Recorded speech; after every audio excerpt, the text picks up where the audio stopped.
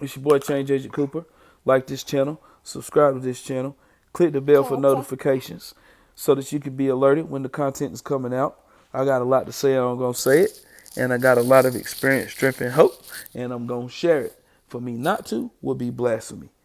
So today, while sitting in the living room, chilling on a Saturday night, I was checking up on all my email boxes. I got a ton of emails. And I went to one of my email boxes, and I had received an email from my comrades in Raleigh that do a lot of the activism work, policy change work. They was talking about the drug tax. And so in North Carolina, we have this drug tax in which people who get caught with a certain amount of money or a certain amount of drugs or whatever, you have to pay a tax on the drugs. You feel me? It's crazy.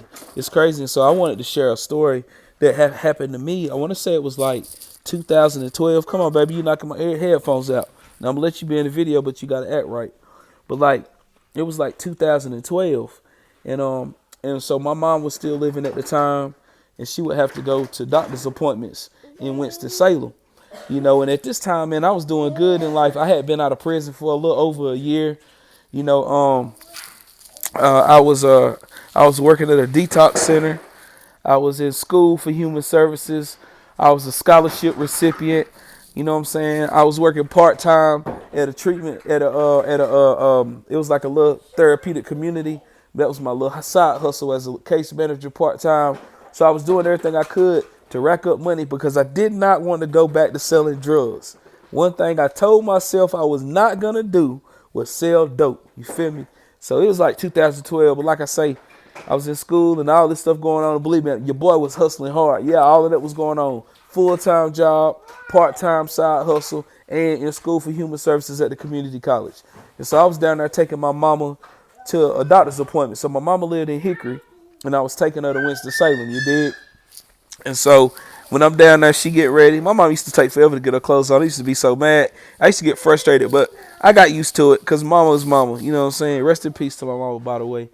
But I always feel it around this time of year. But like, so I'm down there. She getting her clothes on. And I go to check my statement. Because like I say, I'm in school. I'm working 2 jobs. I'm a scholarship recipient. I still had FAFSA. You know what I'm saying? Like, because it hadn't stopped yet. And so I went to check my bank account. I went on Wells Fargo. At the time, I was banking with Wells Fargo. And I went online banking and went to go check and see what I was working with because I was going to splurge on mama a little bit. You know what I'm saying? I was going to splurge on mama a little bit. Take her to Winston-Salem to the Burlington Coat Factory. You know what I'm saying? Take her out to eat. Those proud moments with mama after I turned it around. You know, the people we stress out the most be our mama. You feel me? When we locked up. Who write us? Who takes the calls? Mama. And so it felt good to turn around and do stuff for her, you know what I'm saying? And so anyway, I checked my bank account. I go to check my bank account. I see zeros across the board. I panic. I'm like, oh my God, what's going on? Somebody done hacked my bank account. I didn't know what was going on. My mind was my mind was blown. You feel me? I had drove down from Asheville to Hickory. We finna head to Winston-Salem, and I see these zeros. So I immediately called the bank. I'm like, hey, something's going on. Somebody's hacked my bank account. You know, and I had probably like, I want to say I had a little bit of like almost 3,000 in my bank account because I had money for my scholarship that was still in there. You know what I'm saying? And then I had some money that I just got paid. And so I called him. I'm like, somebody that hacked my account. And they say, oh, no, Mr. Cooper, it appears that there was a, what did they call it? I forget what they called it. It was like, they didn't use the word interception, but I forget the exact word that they used to describe what happened. But they said that it was the IRS. And so I'm thinking to myself, like, what do you mean the IRS? They said the U-sub tax. And I didn't know what that, I was like, what is the U-sub tax? They didn't even know what the U-sub tax was. All they knew was that the IRS came to get it, and it wasn't nothing they could do about it. You did. And so they gave me the number to call, and so I called, and I'm asking about the U-sub tax. So it's the unauthorized substance tax. And so when I'm on the phone with this lady, this was like the IRS representative. She was real hateful too. She was real straight to it and just dry personality. You know what I'm saying? I'm panicking. I'm down here with mama, you know, ready to take her to an appointment. I'm trying to figure out what's going on. I don't even think I told her yet. You know what I'm saying? I don't even think I told her what was going on yet, because I didn't want her to just start tripping. Because my mom, she was really, she go off, and she'll go off about something. Ain't nothing she can do about it. She still would have went off. But like, I remember when I talked to the lady, they said, well, when you got out of prison, you were supposed to set up payments. I was like, payments for what? They said about the drug tax. You owe taxes. I forget how much she had said initially. It was like, I want to say she said it was like over $10,000. She say so you were supposed to set up and set up a payment plan.